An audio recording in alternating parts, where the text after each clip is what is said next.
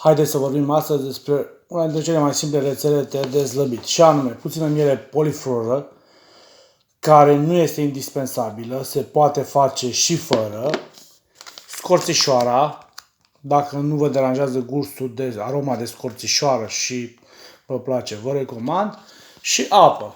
Se amestecă totul și eu am pus aici apă caldă. Se poate folosi și apă normală, se dizolvă un pic mai greu scorțișoara, dar efectul practic este același. Acest amestec ce ne oferă? Păi, în primul rând ne oferă senzația de sațietate, deci vom simți nevoia să mâncăm mai puțin și mai rar.